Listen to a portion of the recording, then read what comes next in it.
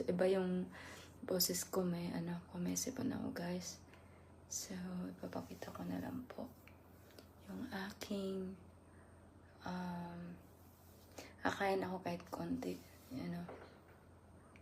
This one is adobo. Adobo pork. Si Lovely nagluto niyan. Parte ng aking anak na lalaki. Lagay ko muna to sa ref. Everyone, tatakpan ko lang. And I guess,